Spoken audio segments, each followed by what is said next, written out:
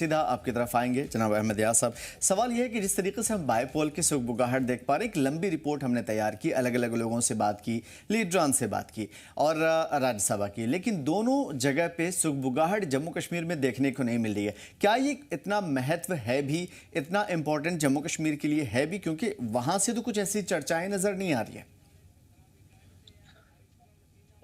मुझे लगता है कि अब किसी को समझने में कोई दिक्कत नहीं आनी चाहिए कि आज के इलेक्शंस का क्या माहौल रहेगा और कितनी सरगर्मी रहेगी, क्योंकि वैसे भी जम्मू कश्मीर में लोग मजमूई तौर सियासत से बदज़ुन है।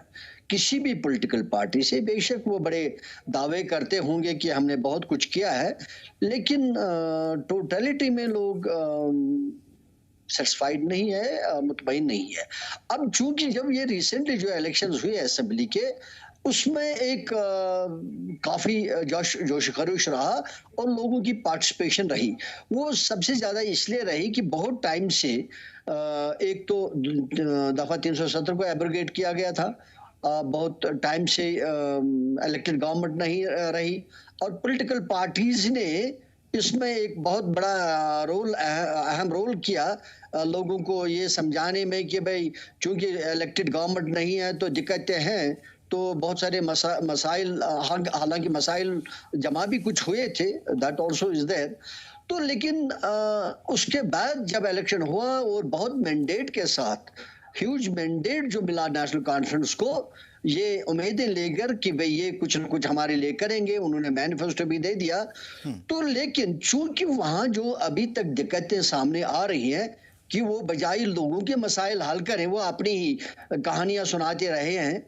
कहीं वो नहीं है, कहीं ये नहीं है, कोई हम ये नहीं कर सकते, कोई वो नहीं कर सकते। तो वो जो सियासत पर जो भरोसा था, वो उसका असर जो है वो कम होता जा रहा है। वैसे भी लोग बदजुन थे और बदजुन हो गए क्योंकि कुछ दिख नहीं रहा। और उसके साथ साथ जब बडगाम की हम बात करेंगे, बडगाम असेंबली कॉन्स्टिट्यूंसी की बात करेंगे, वहां मुझे लगता है एक ये चीज लेकर नेशनल कॉन्फ्रेंस को चैलेंज रहेगा। खास तौर एक तो ओवरऑल टोटलिटी में आपको वो जोश खरोश शायद नहीं मिलेगा जो आप ने पिछले इलेक्शन में देखा होगा, असेंबली इलेक्शन में इस वक्त नहीं दिखेगा क्योंकि लोग सर्द हो चुके हैं सियासत से, जैसे मैंने अभी कहा। और दूसरा एक ये कि जो वहाँ का जो इम्पोर्टेंट फैक्टर जो है रुहुल्ला मेहदी साहब का, वो भी नेशनल कॉन्फ्रेंस के साथ उनकी दिक्कतें हैं, तो वो भी एक फैक्टर रहेगा। और अगर मान भी लें कि कहीं न कहीं कोई न कोई मुफाहमत उनकी बन भी जाती है कि वो इकट्ठे इलेक्शन लड़ने में एक दूसरे को मदद भी करते हैं, फिर भी आप वो जोश खरोश नहीं पाओगे लोगों में, वो जज्बा नहीं पाओगे। बिल्कुल पॉइंट है इसमें। बिल्कुल मैं आपकी तरफ आता हूं। बायपोल के हवाले से भी एक एक चीज करके हम समझेंगे, और चूंकि दोनों चीजें हमारे लिए बहुत ज्यादा अहम है, चाहे वो लोकसभा के जरिए कोई एमपी चुन करके पार्लियामेंट में जाए या फिर राज्यसभा के जरिए चुने जाए बाय एमएलएस।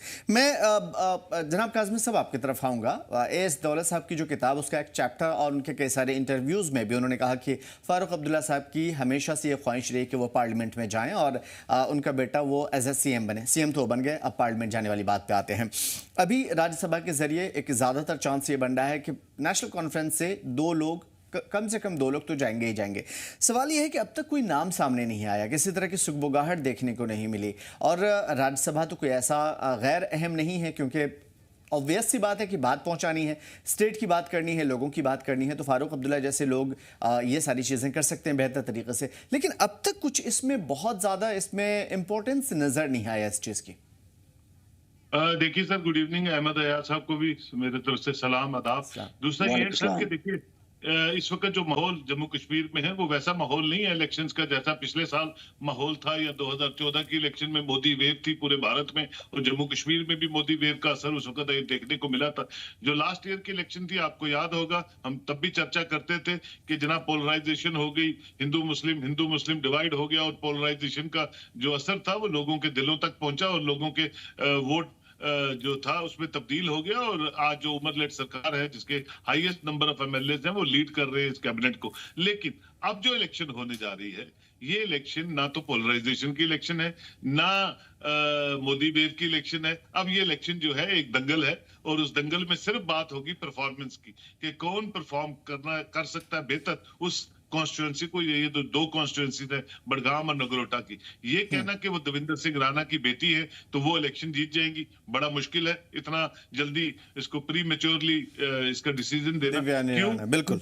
हाँ जी, दिव्यानी मैडम। दूसरा ये है कि ये कहना कि सिर्फ नेशनल कॉन्फ्रेंस को कैंडिडेट बड़गाम में खड़ा कर देगी तो वो बिल्कुल विनिंग कैंडिडेट होगा, वैसा भी मुमकिन नहीं है, क्योंकि लोग जो है एक साल से बहुत सी चीजें ऑन ग्राउंड देख रहे हैं। और ये अच्छी बात है कि नेशनल कॉन्फ्रेंस उमर साहब और आगा साहब इकट्ठे होकर एक यूनानिमस कैंडिडेट खड़ा कर दे तो कुछ जो अटकलें हैं वो थोड़ी दूर हो सकती हैं, लेकिन दंगल की तरह होगा। और ये इलेक्शन जो है ये अपने अपने कैंडिडेट्स को उभार के सामने लाएगी। तो बड़ा प्री मेच्योर है ये कहना कि वो एनसी लेगी, जो ये कह रहे हैं, और वहां भी वो बीजेपी ले जाएगी, क्योंकि बीजेपी में भी रेबलिंग है। नगरोटा कॉन्स्टिट्यूंसी में जुगल किशोर के भाई जो है वो चाहते हैं कि मुझे सीट मिले, जतेंद्र सिंह साहब जो चाहते हैं कि देवेंद्र राणा साहब की बेटी को ना टिकट मिले। तो रेबलिंग विद इन रेबलिंग है। और यहाँ भी जो है नेशनल कॉन्फ्रेंस के जो कौन कैंडिडेट है जो आगे आना चाहते हैं, राहुल साहब चाहते होंगे उनके घर का कोई कैंडिडेट बने। उमर साहब अगर वालिद चाहते थे, जो आपने कहा कि वो टाइम पे 29 साल की उम्र में पार्लियामेंट में पहुंचे, तो संभाविक तौर पे उनका उमर अब्दुल्ला साहब भी चाहते होंगे मेरा बेटा असेंबली में पहुंचे। तो बहुत सी चीजें हैं जो आने वाले दिनों में साफ हो जाएंगी। लेकिन ये इलेक्शन जो है ये दोनों सीटों में बड़ा इंपॉर्टेंट होने वाला है। जहां तक राज्यसभा की बात है, फारूक साहब की एज जो है मुझे नहीं लगता है कि वो अब सर्टन करती है कि वो पार्लियामेंट में उतना एक्टिवली पार्टिसिपेट कर सकते हैं जितना वो करते रहे अपने अपनी जवानी के दौर में। तो मुझे लगता है वहां भी जो हम सुन रहे हैं कि शमी ओबराय जो है उनके फैमिली के क्लोज रहे हैं, वो एक नॉमिनी हो सकते हैं। चौधरी रमजान साहब जो बड़े दिग्गज नेता हैं हंदवाड़ा से, जो पिछली इलेक्शन हार गए सजाद लोन से, वो एक कैंडिडेट हो सकते हैं। मैं समझता हूँ बहुत अच्छी चॉइस है वो। लेकिन और भी कुछ नाम है जिनपे वो बातें करते हैं कि किश्तवाड़ से सजाद किचलू और जम्मू से शायद अजय सडोत्रा, क्योंकि जम्मू और कश्मीर को भी बैलेंस करने की कोशिश जो है नेशनल कॉन्फ्रेंस करती है, क्योंकि बीजेपी का हमेशा ये रहा कि ये सिर्फ वैली बेस्ड सियासत करती है। तो उस चीज का तो पिछली कैबिनेट में भी आपने देखा 3 मंत्री यहाँ के बना दिए, चाहे वो डिप्टी सीएम था, चाहे जावेद राणा साहब थे। तो इसलिए उन चीजों का भी ध्यान नेशनल कॉन्फ्रेंस रख रही है। लेट्स होप कि आने वाले दिनों में क्या होता है। बिल्कुल बड़ी बात है ये चीजें, खास तौर पे ये चीज हमने इस वजह से भी पूछी जनाब अहमद याद साहब के अभी जो फिलहाल हम देख पा रहे हैं मोटी मोटी चीजें, उसमें साफ झलक रहा है कि चूंकि जम्मू में एक बीजेपी का एक मजबूत बेल्ट रहता है और दिव्यानी राणा एक मजबूत उम्मीदवार के तौर पर लोगों के दिलों में भी है। अभी हमने बाइट भी सुनाई, बहुत सारी चीजें मे भी इसके अगेंस्ट में भी हो जो चीजें सुहेल साहब कह रहे थे। और कश्मीर में चूंकि नेशनल कॉन्फ्रेंस है तो हो सकता है कि शायद मे भी बहुत ज्यादा इंपॉर्टेंस इस चीज को न दिया जाए। लेकिन एक चीज को नजरअंदाज नहीं कर सकते, खासतौर पे पैंथर्स पार्टी को जम्मू में। और कश्मीर की अगर मैं बात करूं बडगाम की, तो आम आदमी पार्टी की भी सुगबुगाहट हमको देखने को मिल रही है। कहीं ना कहीं जराये के हवाले से सोर्सेज से पता चल रहा है कि आम आदमी पार्टी महराज मलिक जैसे दूसरे लीडर को उतारने की और इस मौके को भुनाने की कोशिश में। तो क्या जो एक कहीं ना मद्दे मुकाबिल, खतरात तो हम नहीं कहेंगे, लेकिन मद्दे मुकाबिल बहुत सारे ऐसे कैंडिडेट्स, बहुत सारी ऐसी पार्टियां हैं जो हो सकता है कि चुपके दाव खेल जाए। इसके बावजूद कि इस वक्त जो सिनेरियो बन रहा है या जो इलेक्शन, खासतौर जो पिछली बार जो इलेक्शन हुआ असेंबली का और उसके ऊपर काफी नजरें थे, उसने यहाँ का सिनेरियो बदल दे दिया। क्योंकि अब तो एक हमने ऑलमोस्ट जम्मू कश्मीर में ये सोच के रखा था कि जब एब्रोगेशन आर्टिकल 370 की होगी तो जब नई गवर्नमेंट बनेगी, उस वक्त गवर्नमेंट नहीं थी इलेक्टेड गवर्नमेंट, नई गवर्नमेंट बनेगी तो कुछ न कुछ रास्ता निकल जाएगा। ये जरूरी नहीं कि सिर्फ 370 रिस्टोर हो जाएगा, लेकिन बाकी मामला को समझने में, देखने में, चलने फिरने में एक आसाइश से महसूस हो जाएगी। तो चूंकि वो नहीं हुआ तो इसलिए एक सिनेरियो बदल रहा है।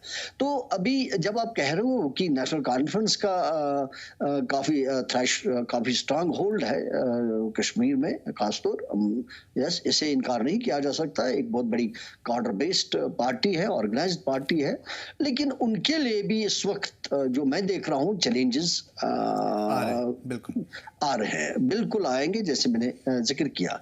जहां तक नगरोटा का ताल्लुक है, वेल जैसे काजमी साहब ने बता दिया कि उनका इंटरनल कैंडिडेट्स का क्या होगा क्या नहीं होगा, लेकिन फिर भी उन्होंने अपनी साख्त को बचा के रखा है।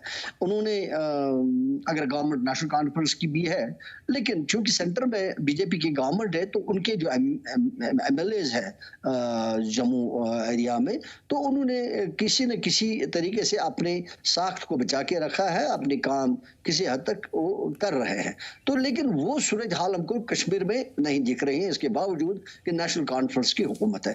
लिहाजा ये सोचना कि नेशनल कॉन्फ्रेंस ही बहुत ज्यादा कर सकती है, उसके लिए भी शायद अभी कहना बड़ा मुश्किल हो जाएगा। अलबत्ता जो जिन पार्टीज की आपने बात करी, नहीं लग रहा है कि जैसे आपने महराज मलिक की बात करी, नहीं लग रहा है कि वो कोई ज्यादा कश्मीर में कर सकेगी, इसके बावजूद कि उनका ये काफी वो जो इफेक्ट रहा है इस टाइम जब वो उनका पीएसए के अंदर उनको अरेस्ट किया गया। नहीं, इस वजह से भी पूछा क्योंकि अभी इंजीनियर रशीद वाला मामला आपने देखा था, एक सॉफ्ट कॉर्नर। मैं उसी में आ रहा हूँ, बिल्कुल मैं उसी में आ रहा हूँ। इंजीनियर रशीद का थोड़ा सा इफेक्ट हो सकता है, may be may not be first और second, may be third somewhere. मुझे लगता है कि जो मोटा मोटा जो दिख रहा है वो नेशनल कॉन्फ्रेंस, पीडीपी और इंजीनियर रशीद के दरमियान ही मामला आ जाएगा सामने। बाकी जहां तक बड़गाम का ताल्लुक है, मुझे लगता है ये तीन के दरमियान ही आएगा कॉन्टेस्ट वॉन्टेस्ट जो भी रहेगा।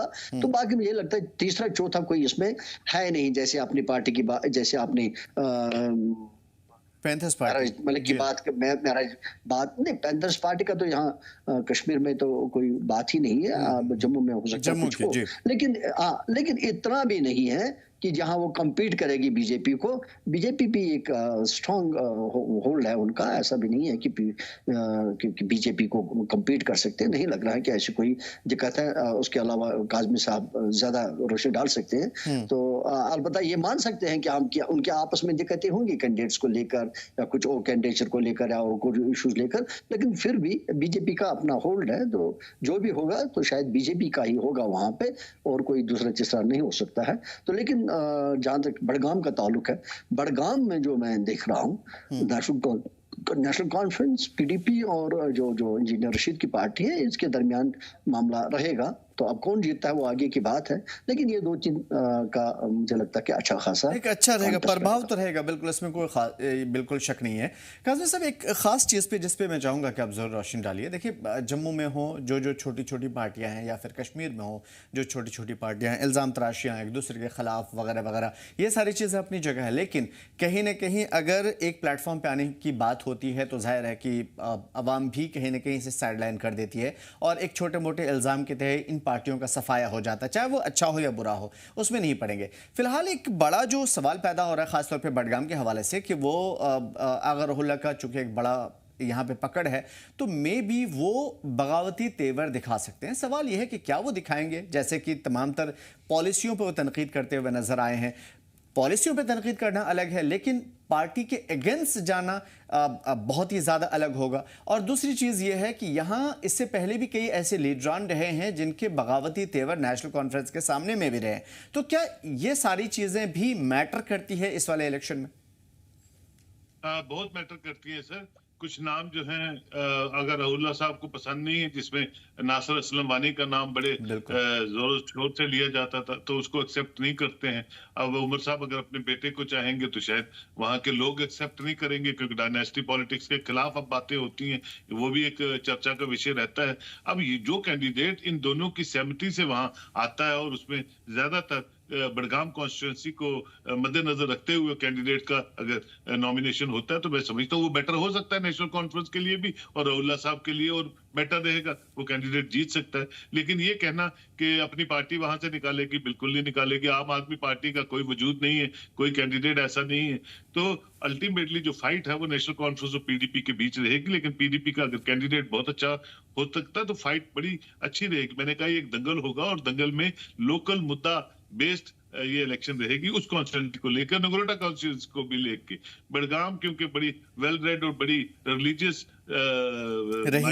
कॉन्स्टिट्यूंसी है, तो उन चीजों का भी ध्यान रखते हैं। मिक्स्ड पॉपुलेशन है, ये कहना कि सिर्फ शिया पॉपुलेशन ही है वहाँ, ऐसा नहीं है। मिक्स्ड पॉपुलेशन है, शिया सुन्नी सब वहाँ जो इक्वली मुझे लगता है वो डिवाइडेड है। लेकिन ये है कि अब जो जो कैंडिडेट होगा उसका फेस, उसकी अपना पर्सोना और उसकी जो पार्टी है वो मैटर जरूर करेगी और पॉलिसीज बिल्कुल यही पॉइंट मैं सुनना भी चाह रहा था आपकी जुबानी, क्योंकि मैं चाह भी रहा था कि ये लोगों को समझे, क्योंकि मेरा जो अगला सवाल इसी से मुताल्लिक भी है अहमद यार साहब।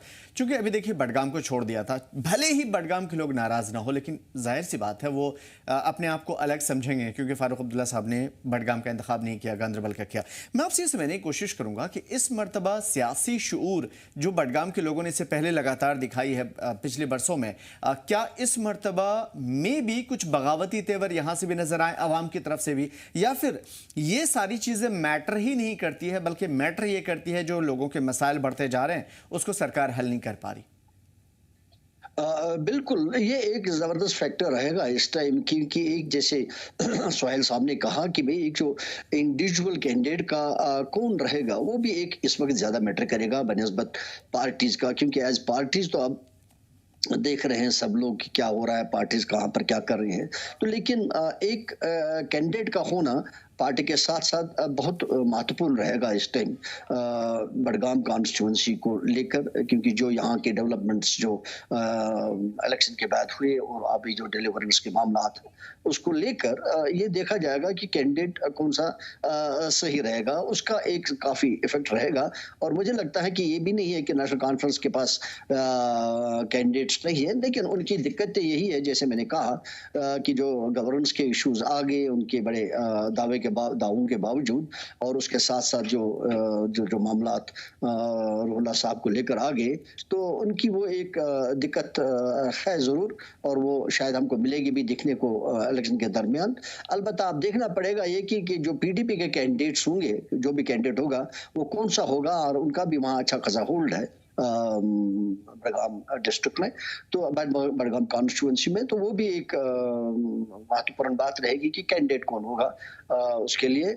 तो जहां तक फिर और पॉसिबिलिटीज है, जहां मैं देख रहा हूँ और पॉसिबिलिटीज है कि वहाँ इंजीनियर रशीद का अगर पार्टी का इतना नहीं मानेंगे कोई ज्यादा इफेक्ट रहेगा, लेकिन वहाँ का कैंडिडेट जो है उनका वो एक डीडीसी का चेयरमैन भी रहा है वहाँ, तो उनका एक अच्छा खासा इन्फ्लुएंस है वहाँ पे, जिन्होंने इंजीनियर रशीद की पार्टी के साथ ज्वाइन किया है, तो शायद वो एक इफेक्ट रहेगा थोड़ा। बिल्कुल, पल पल बदलते हालात के साथ परत दर परत भी खुलते रहेंगे, और आज चूंकि वक्त कम रहा इस वजह से हम एक एक चीज को बारीकी से नहीं समझ पाए, लेकिन जो भी समझा काफी बेहतर समझा। और यकीनन आप दोनों हजरात के साथ इस प्रोग्राम को हम कंटिन्यू करेंगे कल इंशाल्लाह, और इसी प्लेटफॉर्म के थ्रू हम ये भी समझने की कोशिश करेंगे कि चाहे वो बाईपोल हो या राज्यसभा का इलेक्शन, ये दोनों कितना महत्वपूर्ण है, कितना इंपॉर्टेंट है, और आम लोगों की जिंदगी में क्या असर पड़ेगा। और सबसे बड़ी बात कि अब तक जो चीजें खला के तौर पे हमने स्टेटहुड जो कि 10 तारीख को समाप्त होनी है, वो जो चीजें हैं